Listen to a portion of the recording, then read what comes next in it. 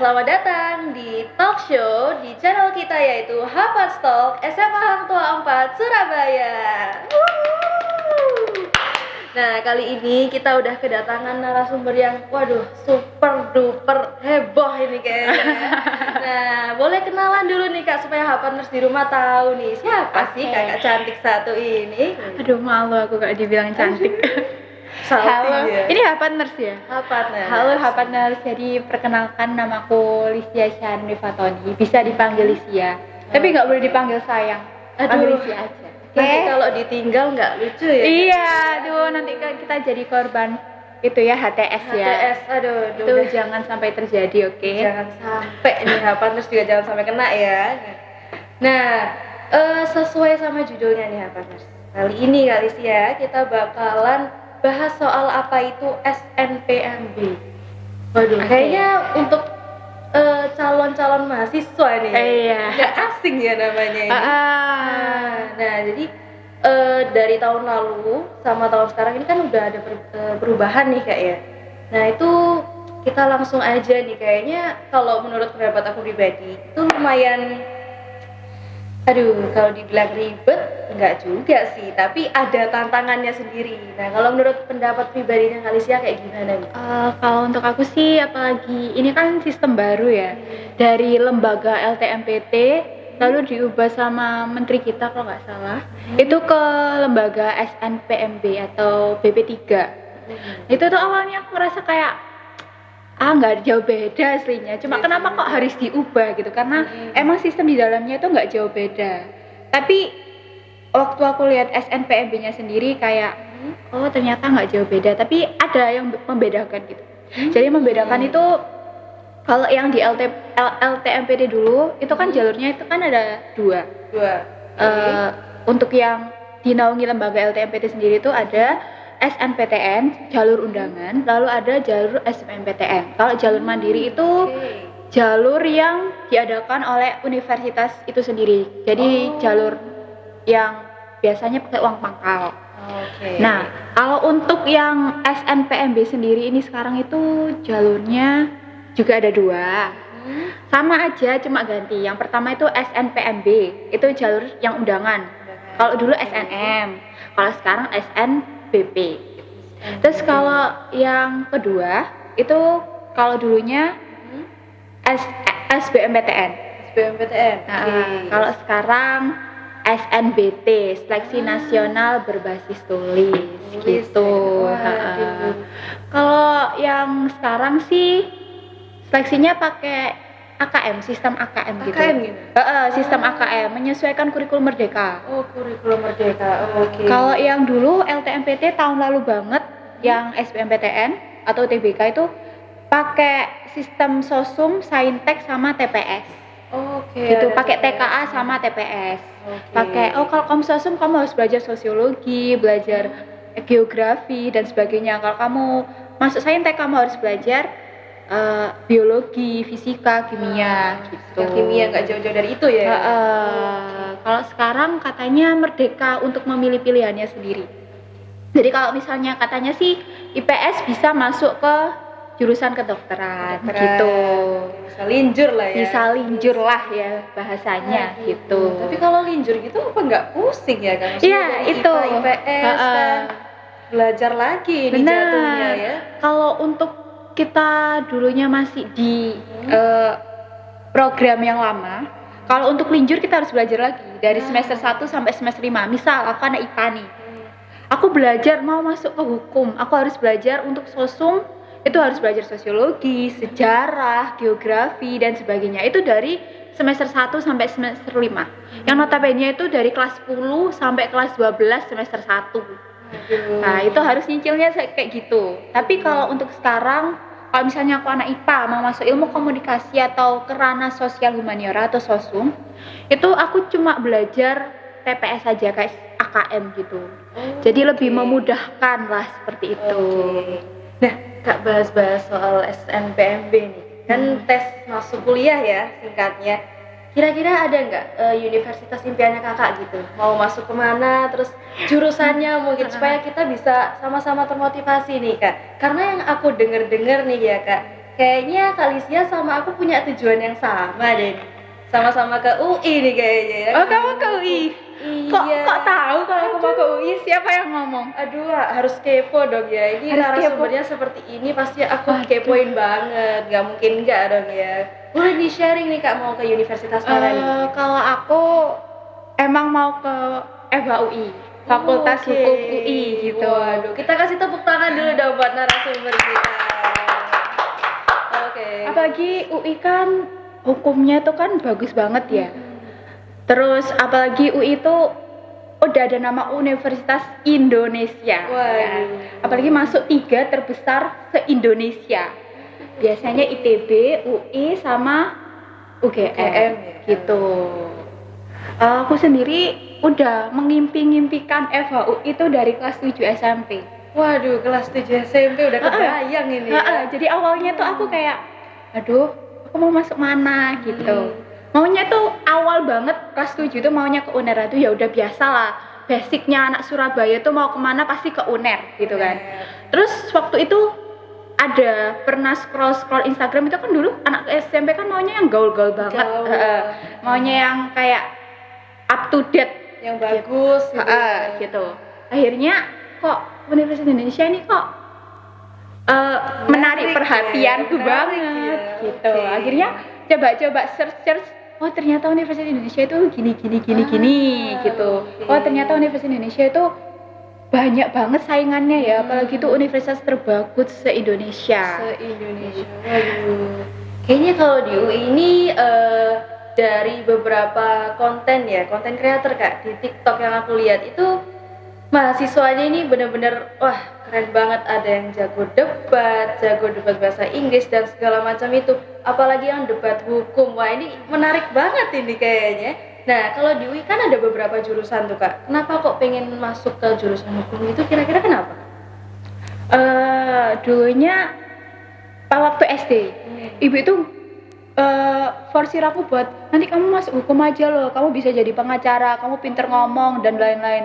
Aku tuh kayak aduh aku males masuk hukum gitu. Tapi kan kita kan manusia, kita bisa, kalau kata orang-orang kita itu biasanya menelan ludah kita sendiri, minum ludah kita sendiri. Akhirnya tertarik masuk hukum itu waktu kelas 8-an. Kelas 8. Waktu itu pelajaran PKN. Pelajaran PKN kok seru banget gitu, apalagi kita ngomongin kalau pelajaran kelas 8 dulu kan nggak ada hak asasi manusia. Tapi karena emang guruku itu humble banget soal PKN, kita tuh bahas banyak banget tentang hak asasi manusia, bla bla bla dan lain-lain. Akhirnya aku mulai mengenal hak asasi manusia itu dari guruku itu. Akhirnya aku coba search gimana sih hak asasi manusia di Indonesia. Ternyata itu masih ada banyak banget kasus yang belum terselesaikan. Oke. Gitu. Berarti karena ingin menyelesaikan kasus-kasus ini ya kayak membantu tapi itu ya resikonya besar ya. Resikonya juga besar ya. Tujuan yang besar pasti ada resiko yang besar. Apalagi waktu kalau bisa dibilang Munir itu sosok idolaku. Munir, seorang aktivis hak asasi manusia, itu idolaku banget. Dia juga masuk hukum, tapi kalau nggak salah hukumnya di hukum UB. Oke, UB. Terus akhirnya dia mendirikan Kontras, Komisi Orang Hilang dan Korban Tindak Kekerasan. Itu ada di Surabaya juga, di jalan, pokoknya dekat Pasar Pakis ini. Oh, wah keren banget ya Kalisianya, sampai mengidolakan dari kelas 7 SMP udah punya universitas mana yang mau dituju ya kan. Biasanya nih Kak, kalau anak-anak zaman sekarang kan banyak yang belum tahu gitu mau kemana, aku nanti besarnya mau ikut ke universitas mana, ngambil jurusan apa, pokoknya segala macam itu, dan kebanyakan dipilihnya itu ya gara-gara nama universitasnya bagus atau gengsi lah istilahnya ya.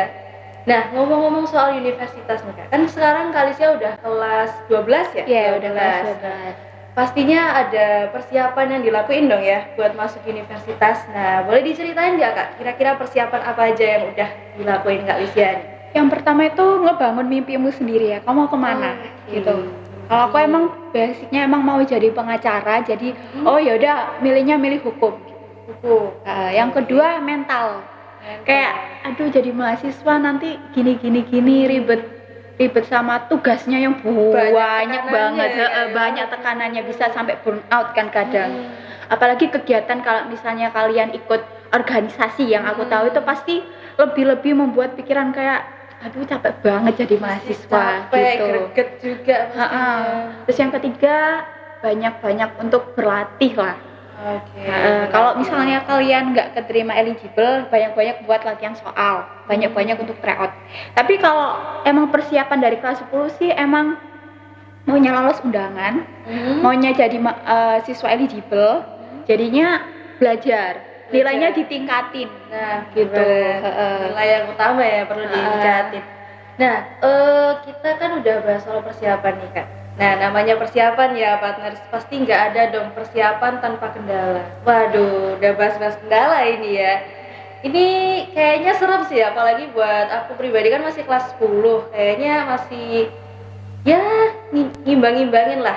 Kira-kira kayak wah kelas 12-nya nanti kayak gimana ya, kelas 11-nya kayak gimana ya. Jangankan kelas 12, kelas 11 aja udah pusing Kak mikirnya ini ya, apalagi kurikulum merdeka dengan segala macam programnya, projectnya, aduh itu udah luar nalar banget ya. Tapi ngomongin soal kendala, nah balik lagi waktu mempersiapkan berbagai hal itu tadi, kira-kira kendala yang Kak Alicia rasakan itu apa? Kalau aku pribadi, kendala yang pertama itu takut nggak keterima universitas yang aku mau. Waduh, Itu kayak banget itu ya. aduh, masa aku nggak bisa masuk universitas yang aku udah mimpi-mimpiin dari kelas 7 SMP. Itu yang pertama. Yang kedua, dulu kan aku masih aktif untuk di OSIS, apalagi jadi ketua OSIS.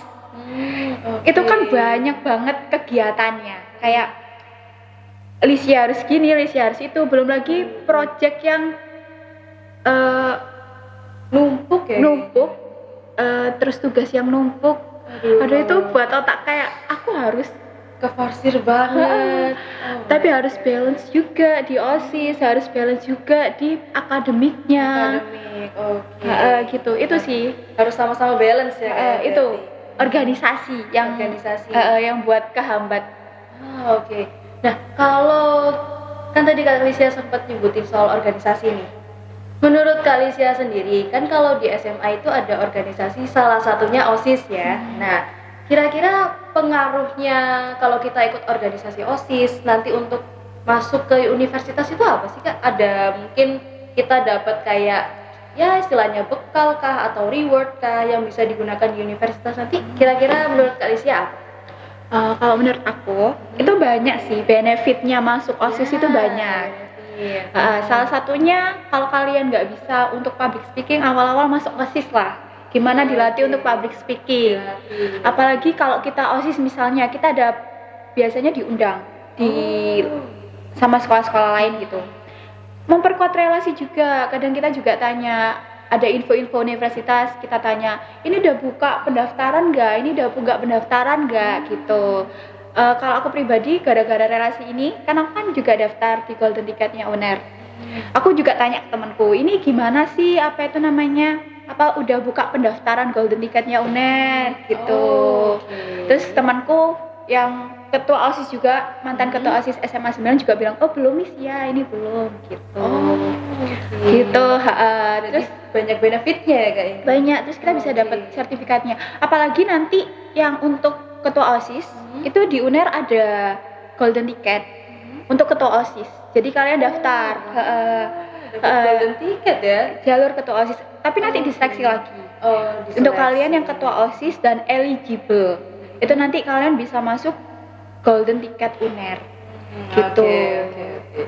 Banyak kok benefitnya, apalagi kalau misalnya banyak ternyata ya. Berarti ada keuntungannya nih. Karena kan biasanya ya opininya anak-anak ya Kak, kalau semisal nggak keterima OSIS nanti dikata-katain bla bla bla dan segala macam. Itu udah beda urusan ya partners. Nah, kita masuk lagi ke pertanyaan selanjutnya. Ini bisa dibilang ini bukan mau menurunkan motivasi atau apa. Aku tahu kalau Kak Alicia tuh anaknya termotivasi banget. Bener-bener aku lihatnya sendiri kayak wah ini bisa kayak gini enggak, kok biasa kok aja. bisa gitu. Sampai heran loh Kak, kayak aduh aku kapan ya kayak Kak Alicia enggak ini. biasa aja. Tapi ya sama-sama belajar lah ya Kak. Kalau di SMA Hang Tuah 4 ini ya, kalau partners tahu, Kak Alicia ini salah satu idolaku di sini. Waduh, keren banget. Selain pernah menjabat jadi ketua OSIS, ikut organisasi macam-macam, pinter public speaking, pokoknya banyak skill yang aku harap aku punya gitu loh Kak. Kalau boleh curhat sedikit nih ya, aku harap aku punya. Jadi ya, karena sekarang kan istilahnya kayak kakak kelas kan udah, jadi tetap aku lihat kayak oh beliau kalau cara memimpinnya seperti ini, terus kemudian cara public speakingnya seperti ini, bisa aku contoh, membantu loh. Sampai sekarang ini bahkan aku sampai excited banget diundang ya. Aku benar-benar terima kasih banget sama panitianya talk show yang udah mau ngundang Kak Alicia ini. Oh kita kasih tepuk tangan saya lagi dong. Nah oke, habis kita excited nih Kak, pastinya kan seperti yang Kak Alicia bilang tadi, kalau mau masuk universitas terutama UI itu pasti besar banget kekhawatirannya kan ya. Nah kira-kira berapa persen nih Kak kalau bisa digambarkan rasa percaya dirinya kakak buat masuk sama kekhawatirannya ini? Sekalian curhat ya gitu ya. Kalau misalnya pertanyaan ini tuh bikin aku kayak wah gitu ya. Kejetut di hati gitu. Nyelekit. Nyelekit banget. Apalagi ngomongin soal universitas impian gitu. Kalau untuk aku pribadi sih 50-50 ya, 50-50. 50-nya dari usahaku, 50-nya emang sudah wallahu alam gitulah kalau kata orang-orang. Takdir. Sudah takdir.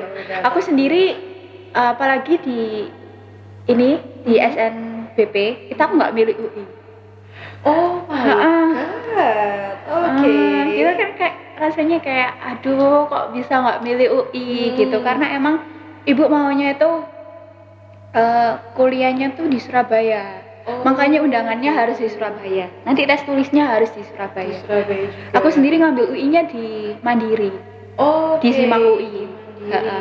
Makanya kalau dia ngomong FH Unir lo bagus, sekarang lo ranking pertama, habis itu FH UI. Tapi kan kalau buat aku everyone has a dream Unir.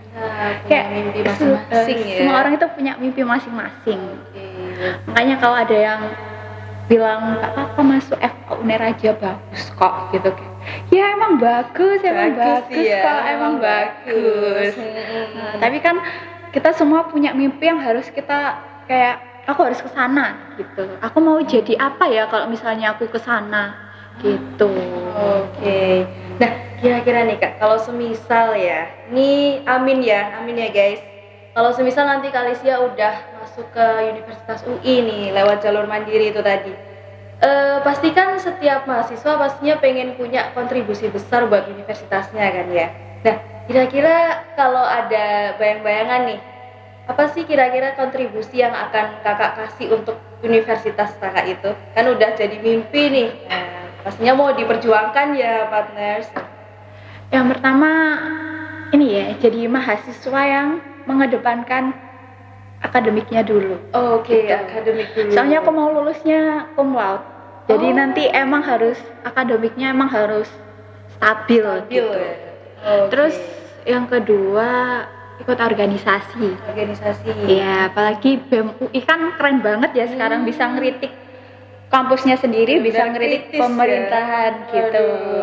Ikut BEM UI. Oke, bener-bener. Waduh, kayaknya calon orang sukses ini kayaknya ya. Amin, kita aminkan bersama. Nah, selain kita tadi udah bahas soal persiapan, terus kendala-kendala, sama berapa persen nih Kak, pasti ada kayak cerita-cerita unik nih, mungkin dari keluarganya Kak Alicia atau mungkin teman-temannya Kak Alicia yang berbeda pendapat sama pendapatnya Kak Alicia yang pengen masuk UI. Bisa di sharing-sharing nih sama kita supaya kan kalau zaman sekarang nih Kak, banyak yang seperti aku bilang tadi, banyak yang ikut-ikutan karena universitas ini bagus lah, bla bla bla dan segala macam. Pastinya kan nggak enak ya kalau kita nggak ngerasain langsung benar-benar dapat pendapat dari calon mahasiswa, benar-benar ngerasain kan ya. Apalagi sekarang udah pendaftaran ya Kak kalau nggak salah. Sudah tutup nanti jam 3 pendaftarannya. Oke. Next, habis pendaftaran ini apa lagi Kak? Nanti nunggu seleksi, terus tanggal 28 Maret besok pengumuman. Oke, pengumuman. Semoga masuk ya kan. Oke, lanjut lagi ke yang tadi teman-teman supaya nggak lupa ya.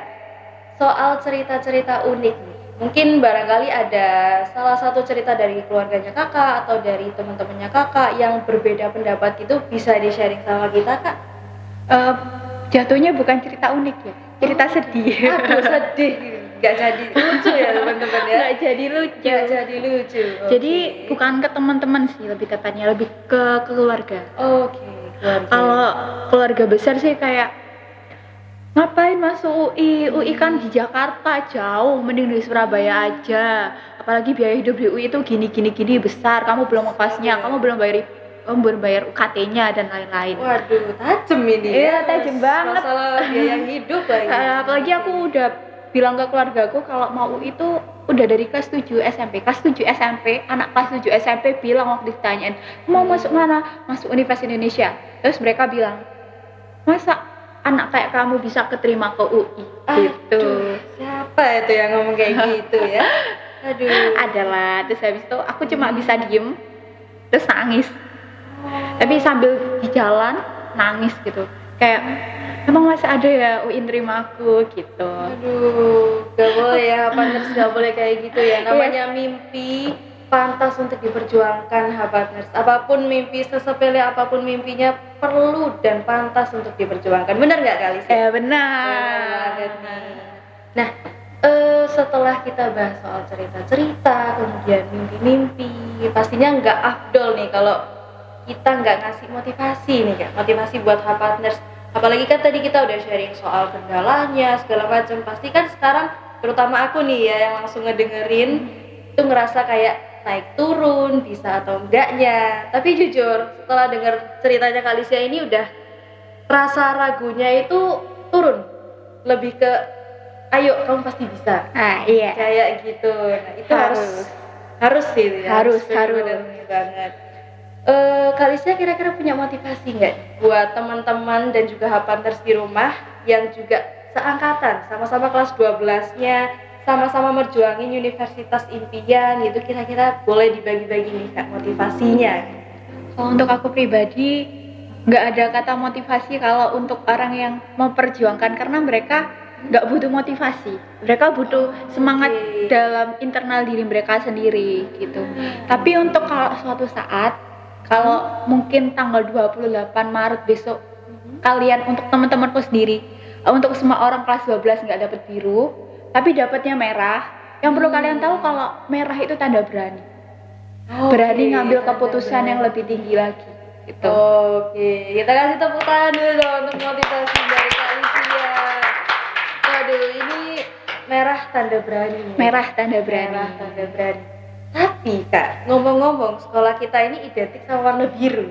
Nah, gimana itu ya? Kalau sekolah kita identik warna biru, insya Allah nanti semuanya biru semua. Biru semua, amin. Jangan kalau misalnya kalian nggak keterima nih nanti tanggal 28, kalian boleh sedih, kalian boleh off sosial media, kalian boleh kalau ada yang tanya mau masuk mana, jadi lolos di mana, kalian boleh langsung blokir orangnya. Itu jahat banget sih, nggak.